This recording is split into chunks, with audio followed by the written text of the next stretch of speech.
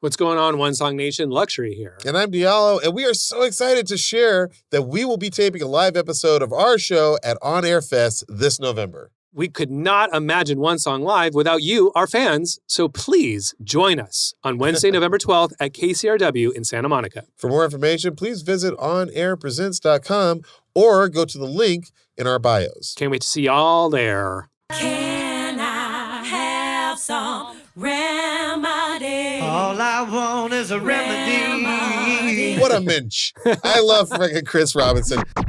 So Luxury, today we're diving into one of my favorite songs of the 1990s, and I don't say that lightly. It almost made me make my peace with Southern rock. Ooh, it's saying a lot. Almost, but not quite. We didn't quite get there. Still got some issues. That's right, Diallo. And with its classic rock bravado, this song stood out against the trends of the era, ruling the Billboard rock charts for 11 straight weeks, making this band impossible to ignore. Get out your bourbon and your barbecue because we're talking one song, and that song is Remedy by the Black Crowes.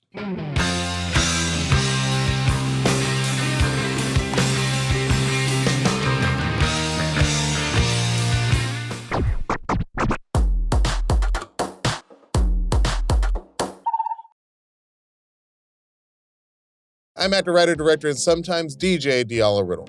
And I'm producer, DJ, songwriter, and musicologist Luxury, aka the guy who whispers, Interpolation. And this is one song. the show where we break down the stems and stories behind iconic songs across genres, telling you why they deserve one more listen. You Me. and you will hear these songs like you've never heard them before. And you can watch One Song on YouTube and Spotify. While you're there, please like and subscribe. All right, Diallo, when did the Black Crowes first come across your radar? Yeah, listen, so first off, let me just say right off the bat, like, Southern rock, it has a little bit of a hurdle to get to me because I grew up in the South, and usually Sure. when you see the adjective Southern, Right. it's not followed by something that I want. Yeah, You I mean, know, the like, legacy, the Leonard Skinner and the Confederate listen, flags, all that stuff. I grew up in Atlanta. Anytime Leonard Skinner came to town, you just see all these trucks with the Confederate flag, and I knew what that meant. I wasn't dumb, you know, like it's just. It's a complicated relationship with the musical legacy of the South. But what's ironic is so much of the musical legacy of the South owes its sound and its vibe and what makes it good to Black music and Absolutely. gospel and blues. Unquestionably, right. But I do remember being a teenager in the 90s and hearing Remedy by the Black Crowes and loving something about this song that I did not love necessarily about other songs like it. It was bluesy. It felt organic. You could hear the piano being played, Yeah. like, and not necessarily even the best piano, but just whatever piano that restaurant had. Right, I love that. You know what I mean? Like a bunch of guys playing instruments, like a band jamming on stage, maybe loosely. Yes, it's an Yeah. upright piano. It, Yeah, ain't, right. it ain't no grand piano.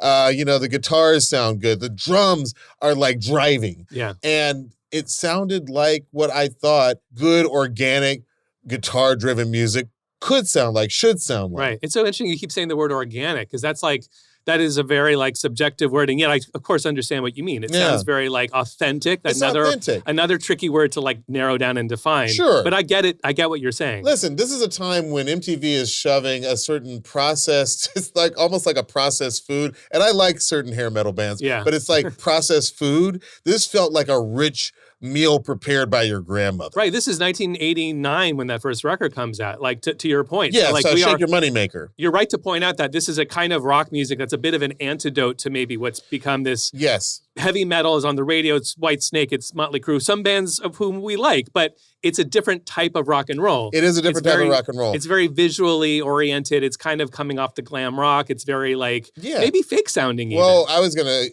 even take it a little further and say we're all kind of products of when we were born because right at the peak of hair metal, Oliver Stone releases his movie The Doors. And that was sort of the first time I was like, oh, there was like rock music from 20 years ago that might be a little bit more to my liking. I didn't like The Doors until I saw that movie either. There was something about that movie that See, I kind don't of think I knew resonated The with Doors me. until I Yeah. saw that movie, Mhm. but it was such hero worship that I Yeah, was like, right. oh, I think I like The Doors. Mhm. And then fast forward just a few years later, Shake Your Moneymaker comes out with that amazing cover of Otis Redding. And I remember thinking, like, I wasn't even the only Black kid in my school who liked that song. Like, Hard to Handle.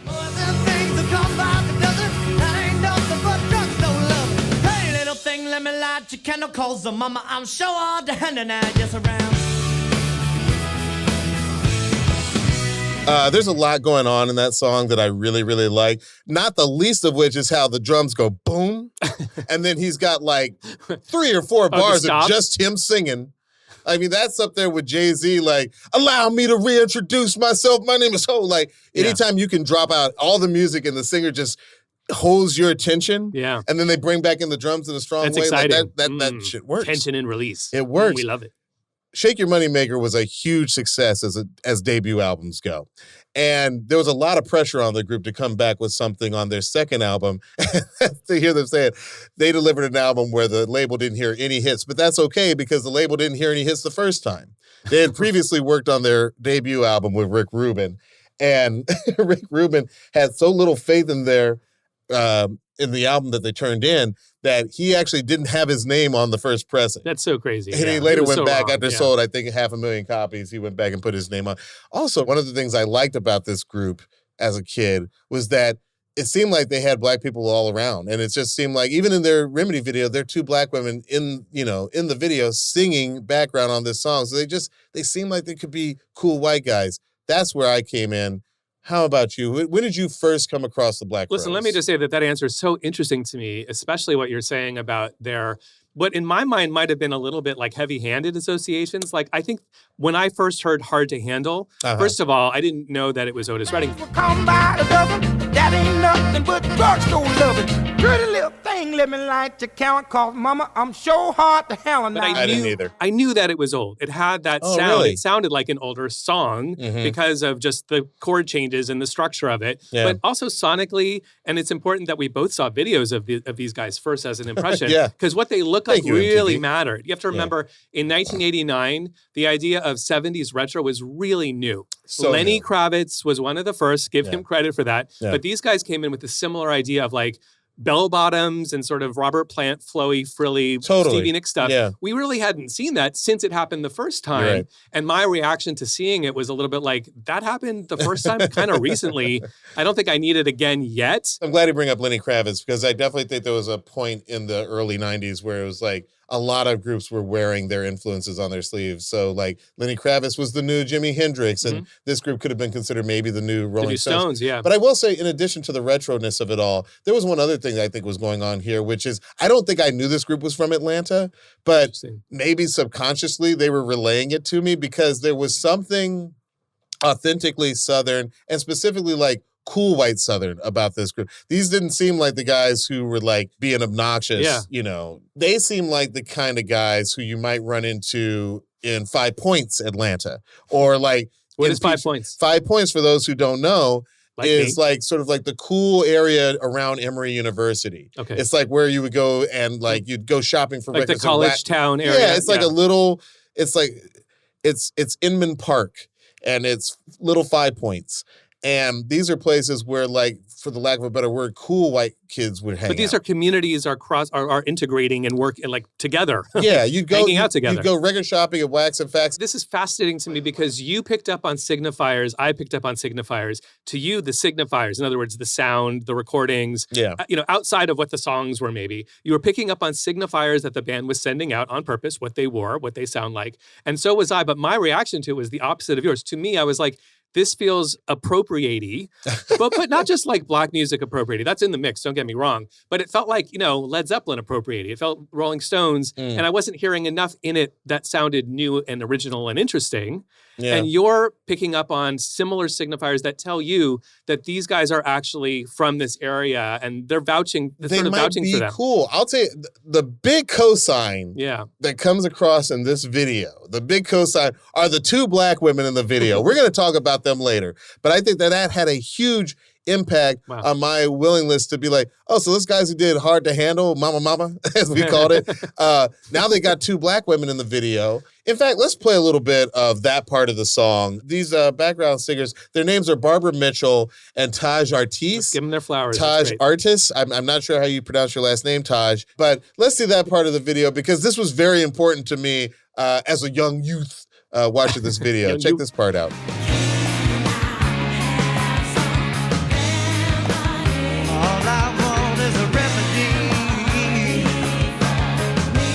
To someone's credit, maybe it's Chris, maybe it's probably them, like they didn't tell these black women to dress up like 1950s I'm going to church in Mississippi clothes. Like, no, they look like they literally walked off the street, in Atlanta. Like, they look like 1991. They look like the moms of the kids at my high school. Let's rip the Band-Aid off, as you would say. They also didn't do the late 80s whitewashing thing where you would have Martha Wash singing it. They didn't put a skinny black singer replacing the actual singer. There's that too. They were the actual singers. Yeah. They looked like real people. And there was something that made the whole thing feel authentic. So again, I wasn't worried about these guys being the wrong guys to sort of let into the party. And one last thing I'll say, it didn't bother me that white guys were playing bluesy music. Like, honestly, it's 1991. As a kid, like, I didn't even know that the Blues Brothers, quite honestly, were referencing Sam and Dave. Like, Wait, really? I'm not even kidding. No, I think amazing. The black culture by that point, it was just Dan understood. Aykroyd, John Belushi, 1979. I thought that they were like weirdly dressed white guys in black suits who were hanging out with James Brown and Aretha Franklin. And Ray Charles. Ray Charles. But that's the thing, is that, like, to be a teenager at any point is to have usually a pretty limited view of what came out 30 and 40 years You only know ahead. what's in front of you, and then later you find out what came before it. Absolutely. 100%. Yeah. So it was just like, if you went to a blues bar in Atlanta in 1991, chances are it was like all white dudes, who That's so interesting. on instruments. And so, like, to me, I mean, if we were having a conversation about cultural appropriation, it was probably about the white rappers at that time. Like, we were talking about, Vanilla Ice is fake, but Third Base, they're cool. That makes sense because you're growing up in that moment where that is a new musical phenomenon. You see it today. Just right now, Haley Williams was on a podcast, and she was, talking about how racist Morgan Wallen was. And I couldn't believe it. But in the comments, all the Gen Z and I guess young millennials who grew up with her were just like, oh, Haley's always been invited to the barbecue. She's always gotten it. Like, it's funny how whether it's Haley for that generation or maybe somebody like Chris Robinson for my generation, there's always like a couple of like white musicians who you're like, oh, that they see it the way we see it. You know what I mean? Like, they, for whatever reason, they're able to tap into like viewing the world through someone else's eyes, and they're like, oh, I get it. Yeah, I kind of understand what that is. So God bless the Chris Robinsons and the Haley Williamses, I guess I'd say. So just to be clear, I did have a come to the Crows moment. And it was in 1992. It was when this record came out. I was living in Paris. I went to the Virgin Megastore where you can sample records. I miss the Megastore. And I put on, I think it was the single. I'm not sure why I chose this because it's song number 4. But song number 4, the first sound of this song hooked me immediately. Let me just play it. Let's talk about it. Okay. This is Sometimes Salvation. Oh, I love this song. Freaking love this song, and it changed my view of the band. Right here.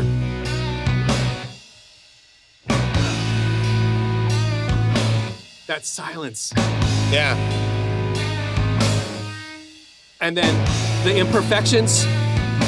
And then you hear this. And this time he plays the ride. It's so good. This drummer. I'm telling you, there's like some weird witchcraft in this music. Weird witchcraft in this music. Yeah, because like even watching your reactions to this, like I had never really thought about the fact that he comes back to the ride once Chris starts singing. Yeah. But yeah, that's pretty sweet. Oh, it's so good. And it just got its hooks in me. It's got its claws in me. I freaking love this tune. And that was my moment. You just said the word silence. Yeah. Like they use silence as a weapon. I love that. Just like in Hard to Handle, we have that like 2-bar break. Hey, little thing. They know how to use silence, and it's so you're sort of like floating for a minute. Yes. And it makes all the sounds that come before and after more powerful. There's some wonderful which are coming up. And I love the fact that the Black Crowes give so much credit to Black music. Being from Atlanta, Black Crowes singer Chris Robinson is quick to cite Sly and the Family Stone, Johnny Guitar Watson, Prince, Bo Diddley. These are just a few of their touch points and inspirations. I think that witchcraft that we're talking about, we're hearing that. But there are also other influences going on, maybe not so much in their music, but in their musical personality, if that makes sense. What can you tell us about that? No, it's perfectly put. And we've had a bunch of episodes in a row now where we are just really delving into what genre means. Yeah. And really separating out, because it's a misused word. It's a misunderstood word. It means different things to different people. Yeah. But we really think on this show that it's easier to understand it if you separate the musical content, the sound of it, in other words, from the lyrical content, and that from who made it and who listens to it. Like those four pieces, or you can kind of mix and match, and suddenly it changes what the words all mean, right?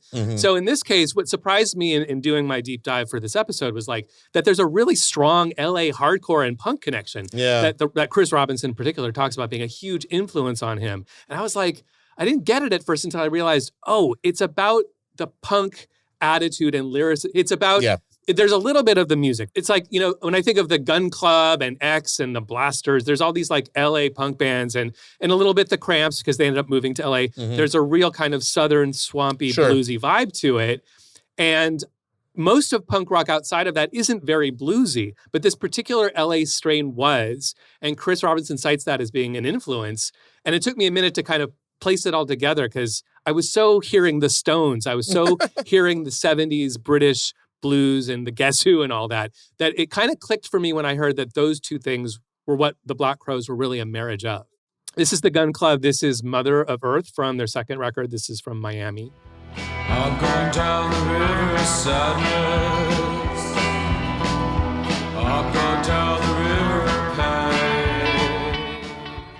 Yeah, the Gun Club are great. That's Jeffrey Lee Pierce on vocals. They made 5 or 6 records. He passed away very young in the mid-90s, but really eclectic catalog. There's one record that's super underrated. Sounds like Johnny Cash. It's punk rock, but with all these other influences. And from song to song and album to album, it's extremely eclectic. What's interesting is Chris Robinson's father was in a rockabilly group of some kind, so it makes sense that something like that would be on his radar. Since you mentioned it, should we hear it? This is Stan Robinson.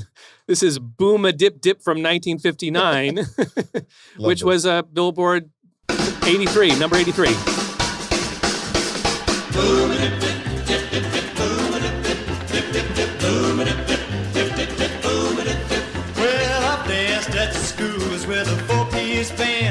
I mean, you know, to hear Chris say it, like his father's like this troubadour who's making cool songs like that. His mom is a stewardess on Eastern Airlines, and she's like, you know, waiting on Dr. Martin Luther King. He's got cool parents. He's got cool parents. He's got the kind of parents who seem like cool, open-minded, you know, musicians and, you know, willing to look at other people who don't look like you and see the human behind the eyes. I love this family, and it makes so much sense that Chris has the, you know, music that he's produced with his brother, Rich, that we'll get into. But can I also say, you know, because again, I said I didn't know that they were from Atlanta, but I thought that maybe they might be telegraphing some Atlanta. Like I said, that they reminded me of parts of Atlanta, like Inman Park, Piedmont Park, that had like these cool white kids. Go back and listen to our Lil Jon episode. Lil Jon used to work at a skateboard shop right by Piedmont Park. Yeah. I feel like Chris Robinson and Lil Jon, ironically, we're both digesting a lot of the same stuff. And Lil 5 Points has to be there because that was sort of like the hub of the punk community in Atlanta at the time. All of that stuff was in Atlanta. That punk was like making its way from LA and from England and from New York, and it was making its way to Atlanta in really weird ways. And Lil Jon literally said that on the episode. He talked about it was the energy and the attitude of punk. Yeah. Maybe not literally the guitars and drums, because he did something different with his music, but he took some of the attitude, and he took some of what he wanted you to feel as a listener from punk. Crunk came from punk, as we talk about on that episode. Right. To hear Chris talk about like the record labels they said no to when they were like really the hot buzzy band in Atlanta is to hear somebody who's like, these suits don't get it. Yeah. But we get it, and we're just going to push back anytime they try and get us to sell out and be commercial, we're just not going to do it, and we're not going to give you an album that you expect. It's that same punk attitude, even if not that punk sound. So, Luxury, is there somebody who comes along and helps Chris find his voice, so to speak? Absolutely, Diallo. As a matter of fact, there's one of a few unsung heroes of this episode is producer George Strigoulias, who Beastie Boy fans know because he's famously mentioned in this song.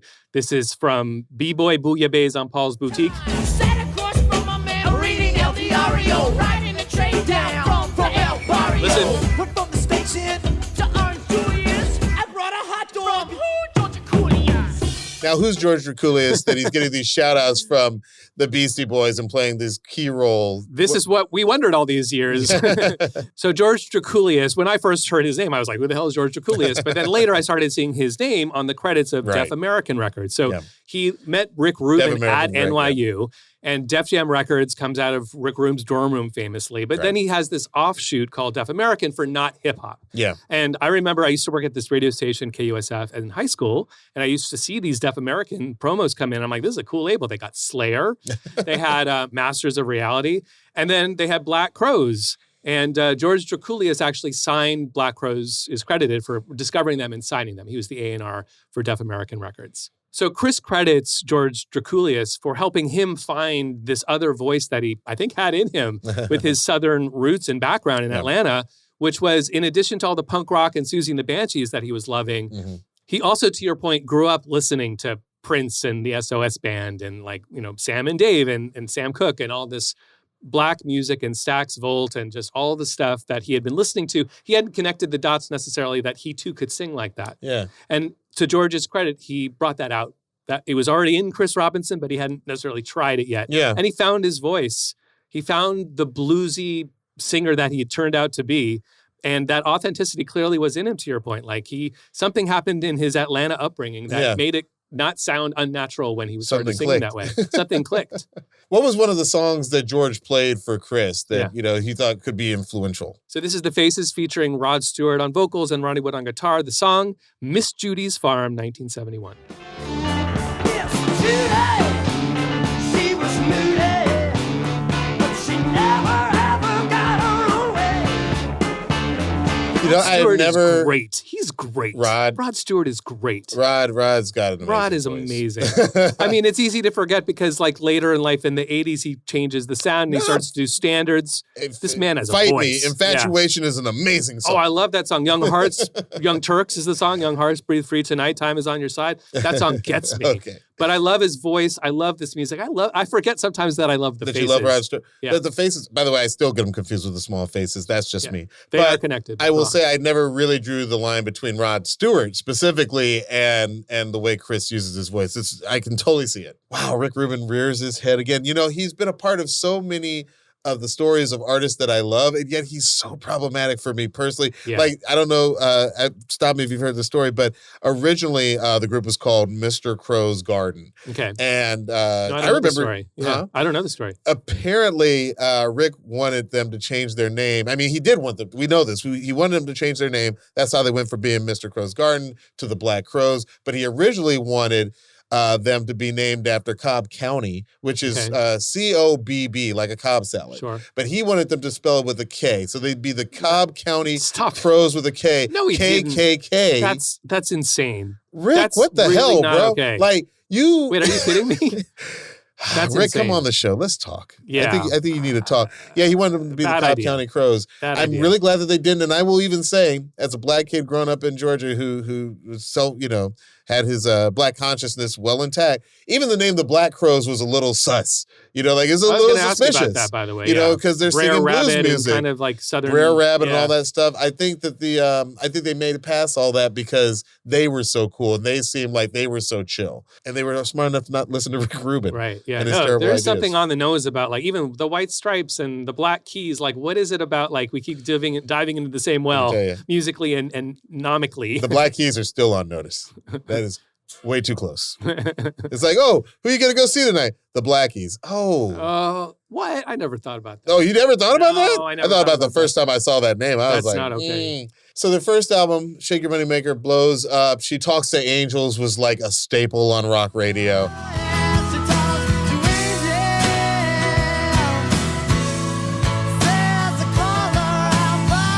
Which, by the way, Rich Robinson wrote when he was 15, apparently, which is crazy. Yeah, and it propels them to this huge level of success. They're opening for Aerosmith. They're opening for ZZ Top. I love the story about how Miller Lite is the official sponsor of this ZZ Top tour. Right. And so every night he gets out there and he says, "This is brought to you commercial free." And Miller Lite hates this. Yeah, as they would. As they would. And ZZ Top's managers beg him to stop. But he wouldn't. He said every time he got out there and said something that sort of called out the corporate nature of this rock tour, he sold more records. And he has this great quote. He says, quote, "As a young person, I was arrogant and angry and all that stuff. I'll gladly accept those things because it was my right as a 24-year-old rock star who's making these adult business people millions and millions of dollars, ... fucking A." Fair point. Fucking A. I mean, this is a band they're touring so much. Yeah. And to hear Chris say it, one of the reasons they wanted to tour is because they knew that, like, musicianship wise, Yeah. they weren't quite as good as their Oh, ideas. totally. And this is one of these situations where that's their first album. Yeah. And they didn't have lots of touring and live experience behind not it. at But all. after the record came out was a hit, Uh-huh. they go and play for 18 months, 350 shows. 350 shows Yeah. in 18 months. And they get tight, or tighter, I should say, A because they lot still tighter. keep a lot of that like Rolling And they Stones changed their lineup a little bit. They got rid of one guitarist and brought in another one That's who right. they thought was better. We'll be talking about that in a minute. But they do get tighter and they do road test a lot of the material that they're Yeah. about to work on. And they go in the studio in January 1992, Atlanta's Southern Track studio to start work on what would become the Southern Harmony and Musical Companion, the second record, Yeah. which is named, by the way, after a post-Civil War Southern hymnal. We like post-Civil War. Right, post-Civil War. Big we're a fans fan of post-Civil War. Exactly. So they banged out this record. They recorded the whole thing in only 8 days, in no small part because of Which- this road testing. Yeah, which I love. And they actually made a joke. They said, like, bands like Def Leppard would take like 3 years between albums. They're Just on like, the snare sound. we're yeah. not doing that. Yeah. They're like, we're going to do it the old-fashioned way, like the 1960s way of That's like, right. we're going to come up with an album, we're going to tour it, and then we're going to come home and we're going to immediately go into that That's next a great album. point too. You're right. This is in absolute opposition to the prevailing trend of going to Mutt Lange to have like your rock and roll record be Yeah. a pop record, a perfect pop record, which we also like. We like I like Motley Crue. Yes. But this is a different kind of rock and roll that we hadn't been hearing in a while. Right. So we're going to take a quick break, but when we get back, we're going to listen to the isolated stems of this rich and rockin' track and reveal the origin of that iconic riff. Even Chris Robinson might want to stick around for this. Don't go anywhere.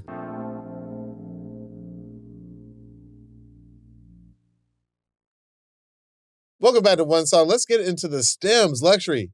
Let's start with the drums. All right. One thing we love about Steve Gorman is that he's such the outlier in this band. The guy with his short hair, he looks like he's like an accountant the way he's dressed. The rest of them are like full 70s regalia. But this guy's a monster drummer. So here's what Steve Gorman plays at the top of the song. You'll recognize the riff in the drums. Listen for it, you'll hear it.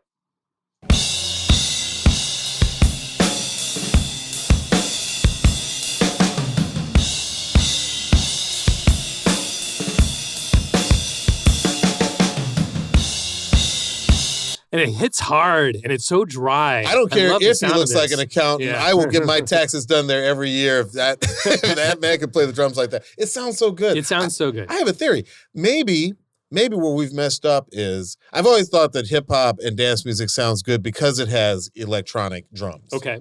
But maybe rock is just better to my ears Yeah. when it's a human playing it. Okay. Because I'll say, like, I'm sorry, I'll piss some people off. Like groups like Imagine Dragons, like today's rock bands, like often they're using the same drum equipment that hip hop and dance is using. Yeah. And I'm missing, we talked a little bit about this on the Oasis episode. I'm missing that sort of,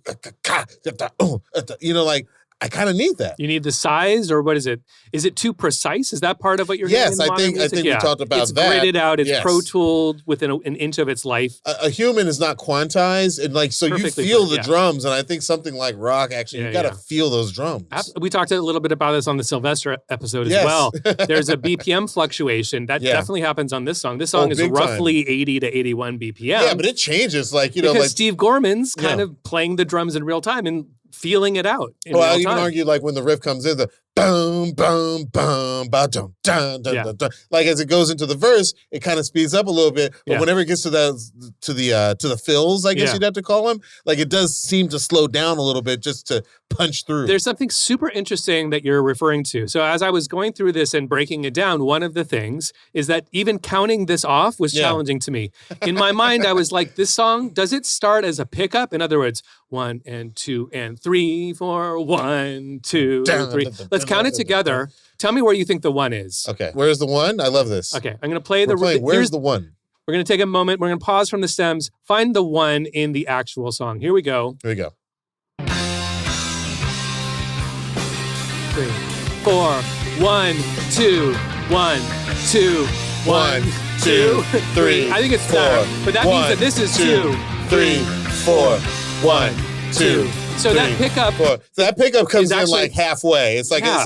it's on the 3. I think so. The bum, bum, bum, starts on the 3. But even with that, Is my theory. when you're in the 4, the Mhm. duration between the end of the 4 and the beginning of the 1 feels endless. Oh, it changed. By the way, it changed. once Because again, there's no downbeat, there's no kick on the downbeat. right. And also that might be another example of them not putting something in there that doesn't need to be there. Once again, weaponizing the silence. Weaponizing the silence.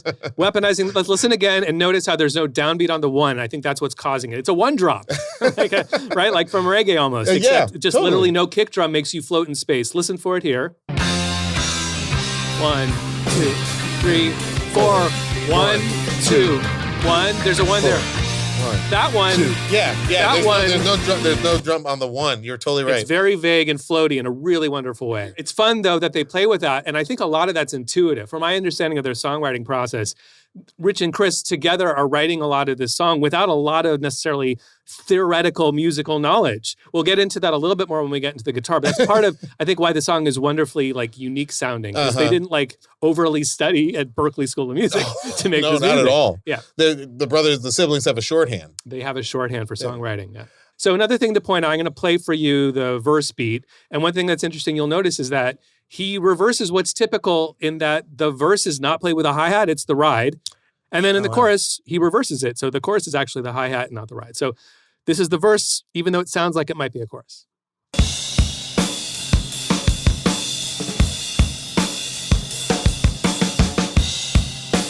So that's where Chris is singing. This is just the verse. And there's some fun stuff going on there. We actually have some, speaking of the Rolling Stones a little bit. We got some percussion that definitely gives it a little bit of a Rolling Stone-y bounce to my ears. And this percussion is by Chris Trujillo. Oh, yeah. I'll just isolate that. So that's going through the whole song. And in fact, later on, there's a little more percussion that gets added. So the full beat is...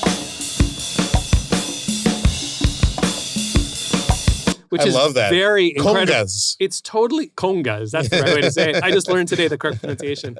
Thank you, Melissa, our producer. This is very, to my ears, very incredible, like bongo band sounding. It has that The kind of Incredible like, Bongo Band. Absolutely, right? Like Apache has this sort You of guys same know that flavor song. to it. Yeah.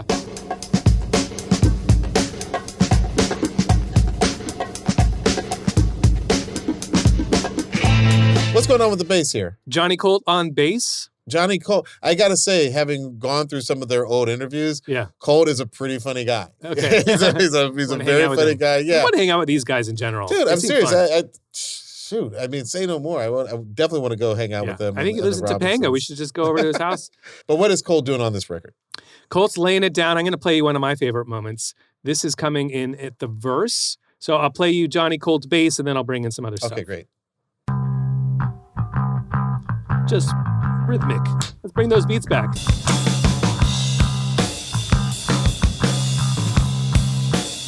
Laying it down, moving to the next chord.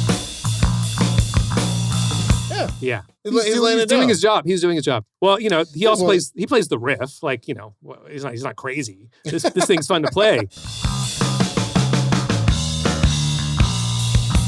Yeah, that part's fun. Sounds good. I mean, that is a full, rich bass tone.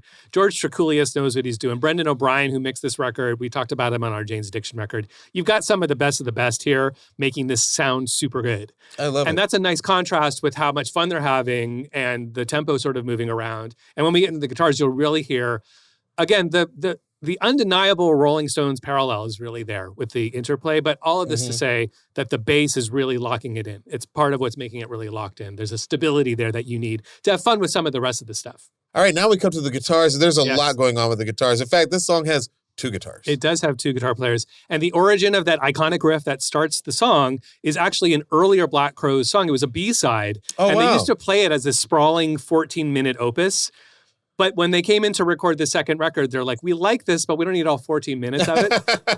And they ended up distilling it down to just this part. This is a live version of a song called Words You Throw Away, live in Atlanta, December 1990. Oh, wow. There it is. That's the bit they kept. I didn't even hear it. Can you miss it? There's the riff. I'll play it again. I didn't hear it. Here it comes.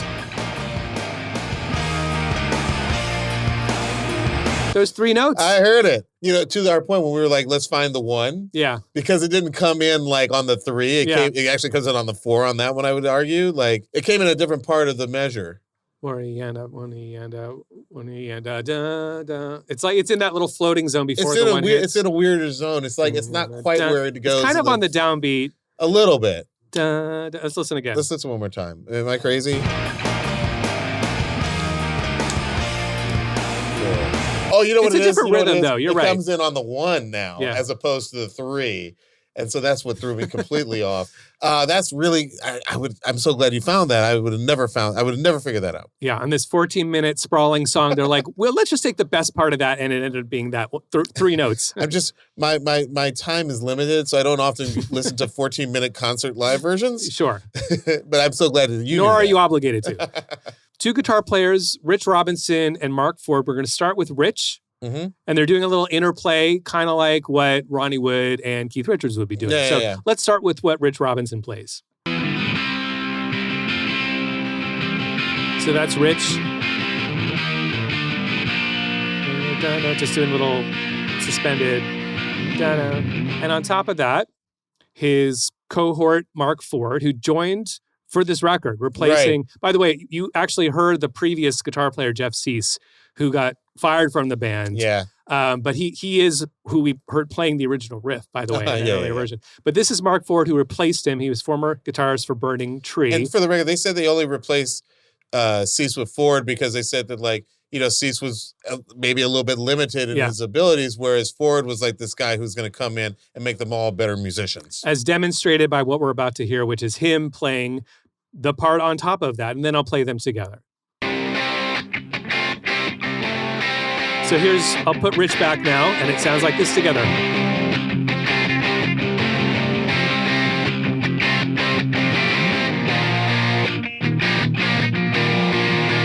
Can I just say, this is going to...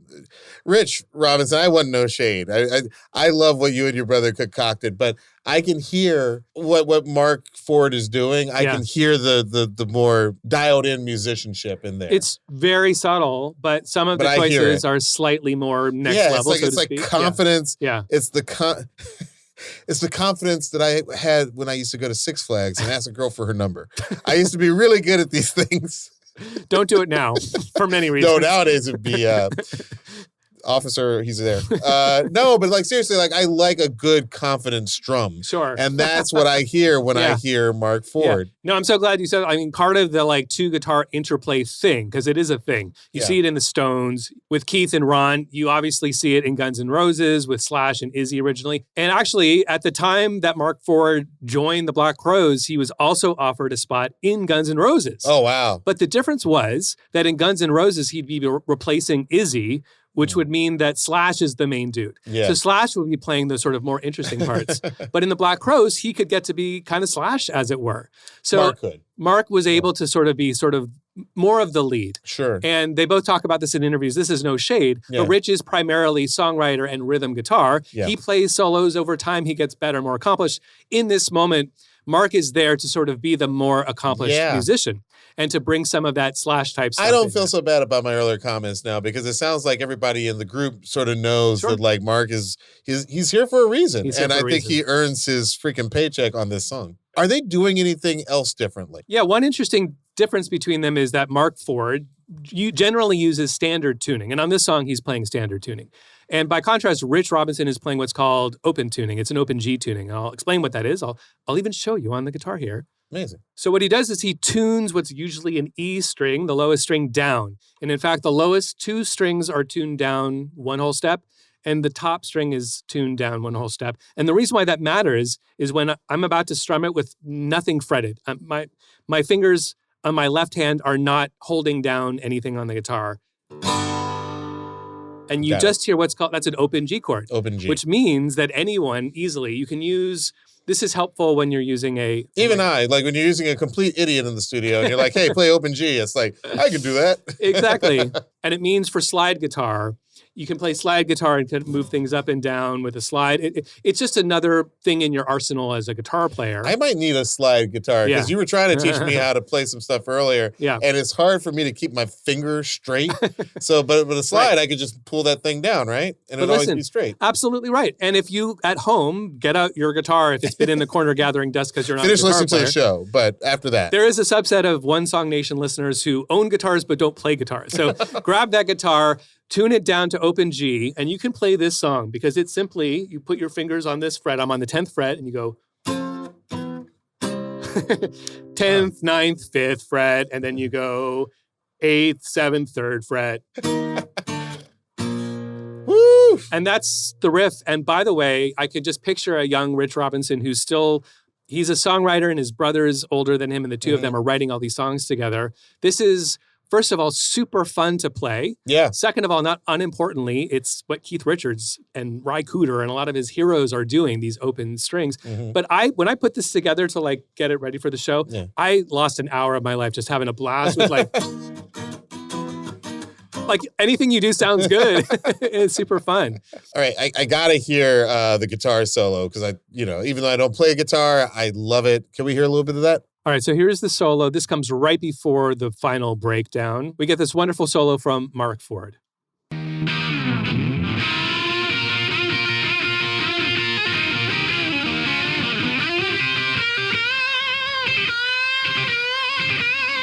And Rich is underneath it.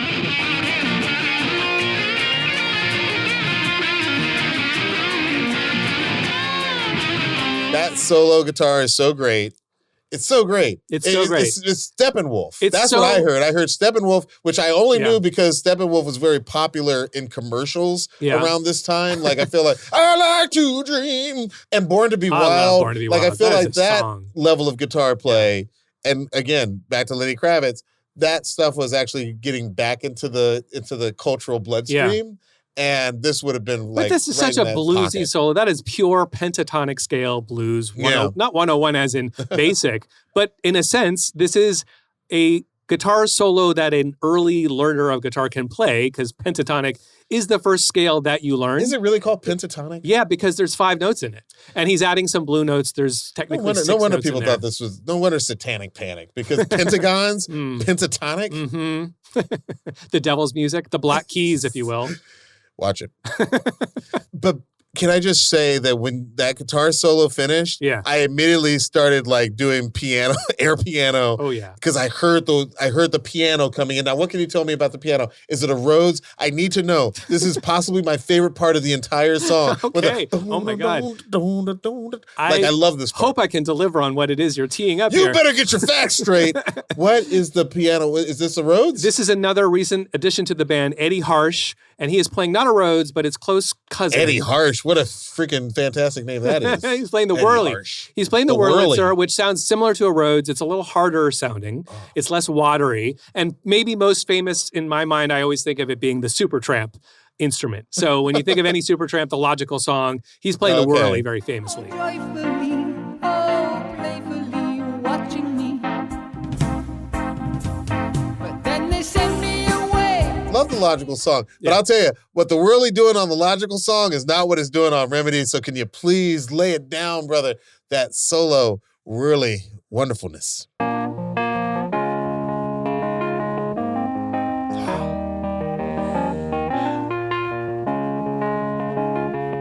Give me a little drums, little drums.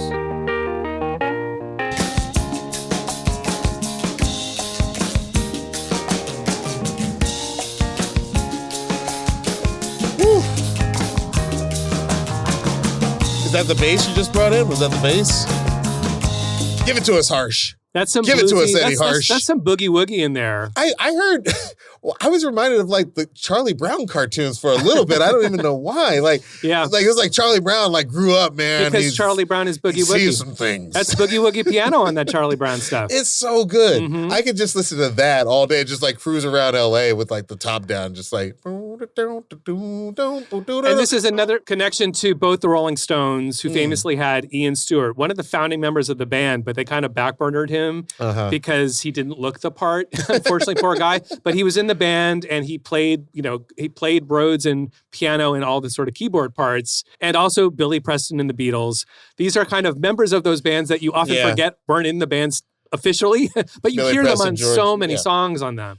Chris has an amazing voice, I'd say. You think so? And I think he's got one of these, everybody's made the comparison to Jagger in this video because he's the front man who Doing doesn't the he's not playing an gestures instrument. nonstop, maybe is why.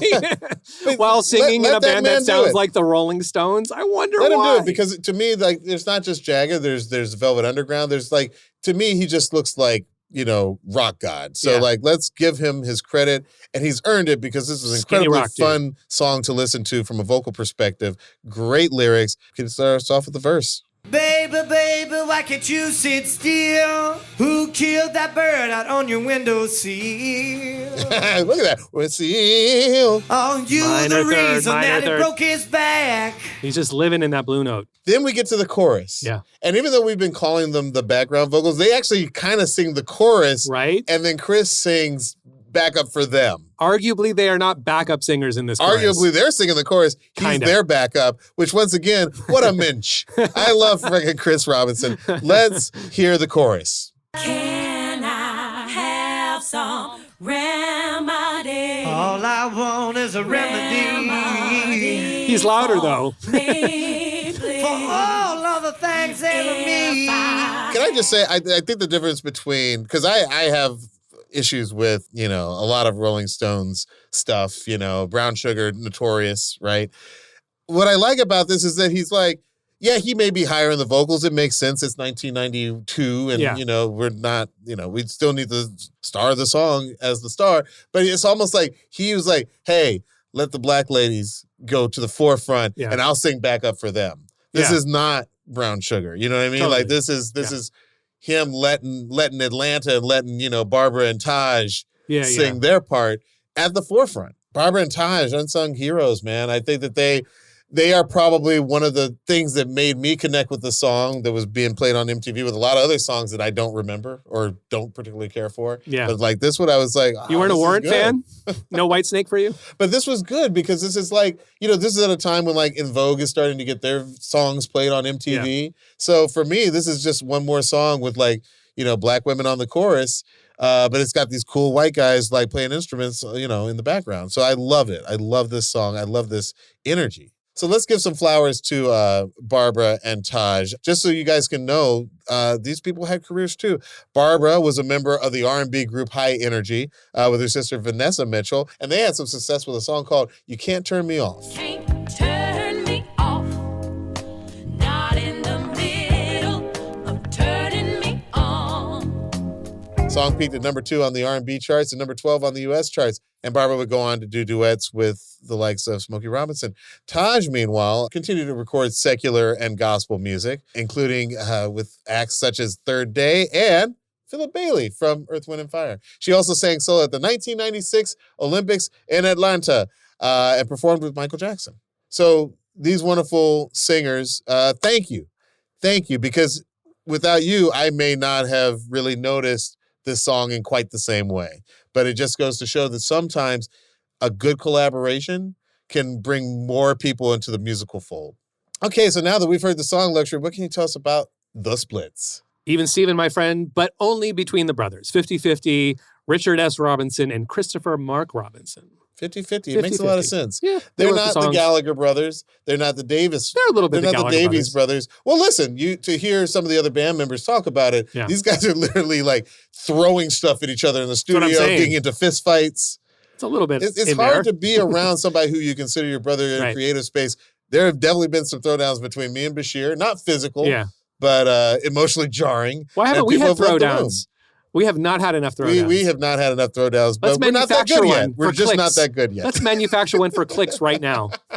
Luxury, what do you think is the legacy of Remedy and the Black Crowes? I think the Black Crowes' legacy, specifically with this song and this record, is they are demonstrating something that we've now gotten kind of used to, which is that when things come back, when sounds come back, when musical ideas come back a generation or so later, Mhm. they transform and they're different. Not only are they is a new audience maybe hearing them for the first time, right? Greta Van Fleet leaps to mind, right, with Led Zeppelin. When Greta Van Fleet came out and got lots of comparisons to Led Zeppelin, very similar to how then the Black Crowes came out, they got the Rolling Stones and the Faces comparisons, right? But I think what's now easier to see is that while there are similarities when bands are influenced by a previous blues band in both cases, what they change and what's different and what their own story and their lyrics and their personal, what they bring to it is unique and different and can be transformative and reminds us all, episode to episode of the show especially, it's like nobody owns the idea of what a sound is. Nobody owns a genre. And those things are constantly evolving and in flux. I think the unique storytelling of these unique people shines through, and they use as a vehicle perhaps some sounds and guitar tones and tunings we've heard before. But when the Stones did it, they were also building on something that came before them. So the thing that you brought up very early on, which is so important, is when you're a kid or when you're in your early 20s even, when you hear music for the first time, you just hear it for what it is. And those other associations you learn later and they're helpful, but they're not necessarily important for the music on its own. They're not the driving force. They're not the driving force for the music. Led Zeppelin had precedents before that. We go all the way back to Robert Johnson. You can go back before that. So what the original of anything is, everyone's borrowing from everybody. That's the story of this show, right? I mean, come on. What about you, DL? What do you think is the legacy of the Black Crowes and this song? Man, I think that for me, looking back, it really does feel like it was a perfect concoction of many things Southern in a way that was welcoming to all Southerners. And I think that that's something that is not easily achieved. You know, just 10 years later, you had artists like Bubba Sparks and Paul Wall, who were full-on hip-hop, personalities working with, some of the biggest hip-hop producers of the day to merge that sort of like all-encompassing Southern culture into one thing. But it was a lot harder in 1991 when this was recorded and 92 when it was released. So I think credit Chris and Rich and Johnny Colt and Eddie Harsh and Mark Ford for having the wherewithal to release what I think is a fantastic album, a fantastic indie rock album, alternative rock album in the Southern spirit, in the Southern vein. And I think that their choice to bring in Barbara and Taj as vocals and have them sing the chorus and we'll sing their backup. Yeah. Damn it. It just worked. I think everybody's musicianship is polished, but not too polished. And I think that it's just a bunch of different cultures in one great song. All right, One Song Nation, we got a new segment we're calling One Genre, where Luxury and I break down a subgenre and share a record that we think is essential listening. That's right. Today we're talking about shoegaze, or shoegazi, as our videographer Casey apparently likes to pronounce it. Shoegaze is one of my favorite genres. Very briefly, definition. Listen, the name literally comes from the idea that you have so many guitar pedals and so much hair that you're looking down on stage and not at the audience. So shoegaze, gazing at your shoes. Yeah, no, I totally. And by the way, I've always felt like of all the genre of music, this is one of those that is very much made up by journalists and A&R execs, like more than typical, right? Yeah. At the time, it was absolutely, yes. When this was happening, the bands who were defined by that term weren't necessarily crazy about the term. Absolutely true. Yeah, I feel like even to this day, a lot of them reject the term, but but it is useful for a type of alternative rock that became quite popular, sort of like very late 80s, early 90s. So late 80s, early 90s, especially in England, you've got a handful of bands, particularly My Bloody Valentine. You've got Slow Dive. That's the big one. You've got Slow Dive, Lush, one of my favorites, one of our shared favorites, I should say. Who else? Curve is another underrated band. And Ride would be another one. And I'd say like a defining characteristic besides, again, to your point, being journalist created in England. So they're British bands that are working in the late 80s, early 90s. But sonically speaking, a big part of their sound is there's a wash of mostly guitar-driven, if not exclusively, not a lot of keyboards. I can't think of any keyboards actually in those bands. Guitar effects. A lot of it is influenced by and linked to, in no small way, Robin Guthrie from Cocteau Twins. Yeah, Cocteau Twins. Who actually is, precursor to these bands. So anyway, by the time we get around to the bands that we're talking about right now, that sound and maybe the idea for it is as an image for the band members themselves is that they are not terribly charismatic, right? That's the idea. They're on stage looking down at their instruments and plugging pedals, I mean, chorus pedals and reverb pedals. Look at the album covers. We have 2 albums here right now, and neither one is showcasing the group. They're showcasing sort of like a feeling. Yeah, so Lush, Diallo's showing Lush's Spooky, their first full-length album. And 4AD Records, it's got the full 4AD treatment with the Von Oliver graphics. Abstract imagery, basically. You can't see any of the band members. And I'll hold up a couple more because I've got some of the EPs that came before it, which are some of my most expensive Discogs purchases, by the way. I've spent a lot of money to get their first 2 EPs. But yeah, beautiful artwork, gorgeous, classic for the label 4AD, classic for the genre. So for me, My Bloody Valentine is just one of the greatest bands of all time. This is their first full-length record, Isn't Anything, the classic, the one to get if you have extra money to spare. That would be Loveless. Loveless was going to be one of my picks. Oh my God. I have it on CD. I also have the Glider and Tremolo EPs. Such an incredible record. And Kevin Shields, who's the mastermind behind the project and the guitar player, who basically innovated making these guitars sound like something that weren't guitars. How would you describe the shoegaze sound of My Bloody Valentine? I think the fact that those 2 EPs are called Glider and Tremolo are perfect because you have the tremolo on your guitar. And Kevin Shields famously has like a secret formula for how he gets his sound. But you're hearing guitars, but they do not sound like guitars. They sound like this washing of sound. It sounds like whales and water and ocean and the past and the future. Yeah. But he's doing it all with guitars and you feel like you're gliding. Totally. And it's a really wonderful, evocative, it sounds like the future in many ways. And actually there's this great, Brian Eno famously said after hearing one of their songs that he heard the future and it's this band and it's this song. And it's to me, which makes sense because Brian Eno always did very cinematic, hard to like tie down to like traditional song structure type songs. And very tied to sound as well. So sound is very important in the shoegaze phenomenon. That's so funny, by the way, because I almost chose My Bloody Valentine, Loveless as my selection, but I went with one that I know that you also own, which is Lush, and this is an album called Spooky from 1992, and I love this. So I really love this album. It washes over you. I think is the best way to put it. It's shimmery. It sounds shimmery. I mean, one thing I remember about the genre in general is that like generally songs ran longer. You know, because it takes some time to sort of build up that momentum. The sonic wash. Also, like, could I just say there were groups that weren't even considered shoegaze, but I feel like they could have been like Stereolab. Early Stereolab sort of sounds a little bit like Lush. Like it's not built in completely different labs. Like it's definitely got that sort of like, chord progression quality. And Jesus and Mary Chain too. Like the idea of using sound as like a component, it's still songs. These are songs that are like with songwriting, some more than others. I think like Slow Dive is a little less songy to my ears. Totally. And Lush is very... Slow Dive is almost like a jam band for people who don't like the jam band genre. I used to put Slow Dive on to do my homework too because I could sort of zone out to it. I wouldn't it would be unnoticeable in the background. But Lush was a little too noticeable. And the record, by the way, Spooky is produced by Robin Guthrie from Cocteau Twins. And it's sort of like if Cocteau Twins were like a rock band, with more intelligible lyrics, for example, and harmonies.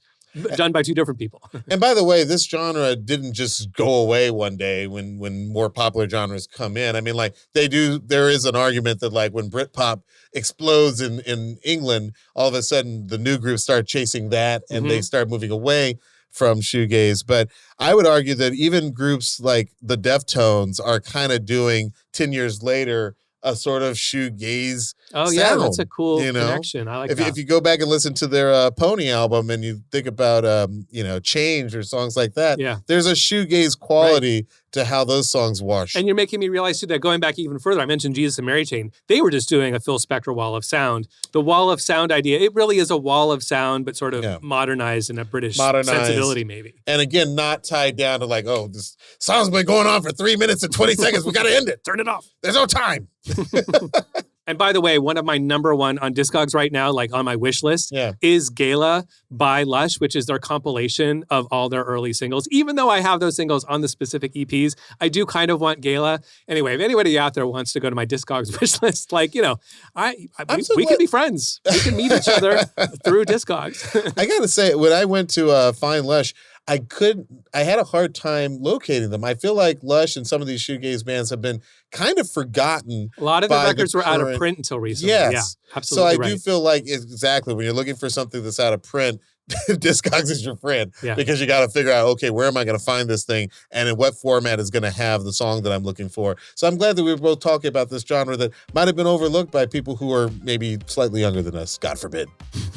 So those are our genre picks for shoegaze. Let us know what you think in the comments. And if you want to hear our selections, please check out the One Song playlist linked in our episode notes. As always, you can find us on Instagram and TikTok. You can find me on Instagram at Diallo, Diallo, and on TikTok at Diallo. And you can find me on Instagram at LUXXURY and on TikTok at LuxuryXX. And you can follow our podcast on Instagram and TikTok at One Song Podcast. See how that easy that is? For exclusive content. You can also watch full episodes of One Song on YouTube and Spotify. Just search for One Song Podcast. We'd love it if you like and subscribe. Also, be sure to check out the One Song Spotify playlist for all the songs we discuss in our episodes. You can find the link in our episode description. And if you've made it this far, you're officially part of the One Song Nation. We know One of us. autocracy. We're a nice place to live. Show us some love. Give this show 5 stars. Leave a review and send this episode to a fellow music nerd. If there's 2 of us, are we an oligarchy? What are we? What form of tyranny are we? Definitely an oligarchy. Seriously, those reviews help keep the show going. Luxury, help me in this thing. I'm producer, DJ, songwriter, and musicologist Luxury. And I'm actor, writer, director, and sometimes DJ, Diallo Riddle. And this is One Song. We'll see you next time. This episode is produced by Melissa Duenas. Our video editor is Casey Simonson. Our associate producer is Jeremy Bimbo. Mixing by Michael Hardman and engineering by Eric Hicks. Production supervision by Razak Boykin. Additional production support from Z Taylor. The show is executive produced by Kevin Hart, Mike Stein, Brian Smiley, Eric Eddings, Eric Weil, and Leslie Guam.